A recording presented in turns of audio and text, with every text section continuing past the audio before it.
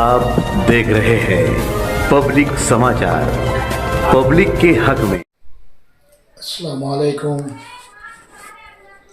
आज शहर के एक बड़े लीडर की दूसरी बरसी है।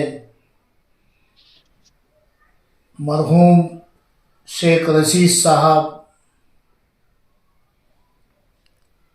इन्होंने अपनी ज़िंदगी में हमने देखा हमारे बचपन में कि साहब किस हालत में रहा करते थे।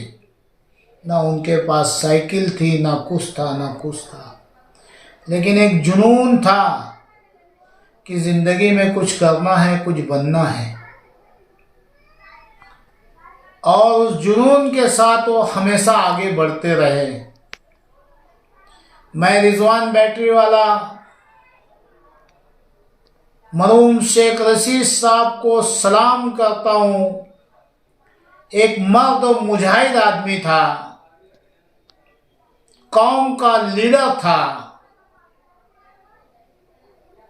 उन्होंने अपनी जिंदगी में कभी भी बदले की सियासत नहीं की।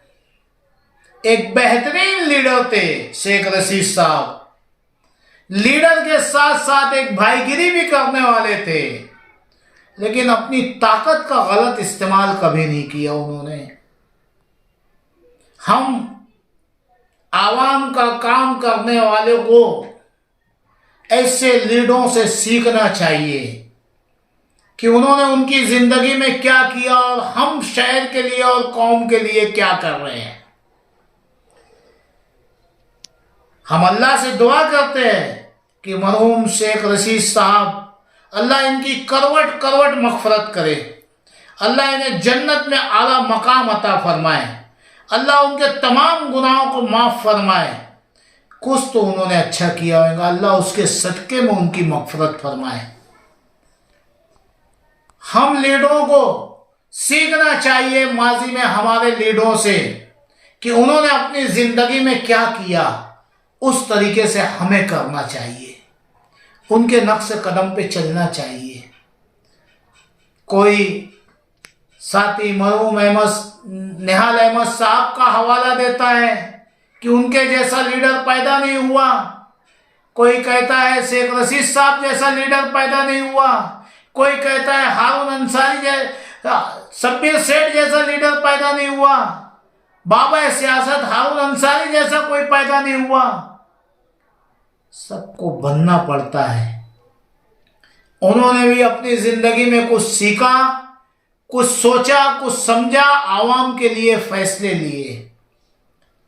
मैं तमाम इस शहर के लीडरान, हर छोटे बड़ों से कहना चाहूँगा कि उनकी ज़िंदगियों के अच्छे दिन, अच्छे कामों को लेकर के हमें आगे बढ़ना चाहिए और किसी नए लोगों को चांस देना चाहिए कि वो बेहतर से बेहतर क्या कर सकें।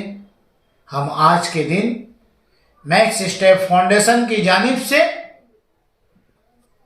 मरहूम शेख रशीद साहब के खानावादा को हम तसल्ली देना चाहेंगे और कहना चाहेंगे कि साहब, आप एक बहादुर लीडर के घर की फैमिली हो। मछली के बच्चों को तैरना नहीं सिखाया जाता है।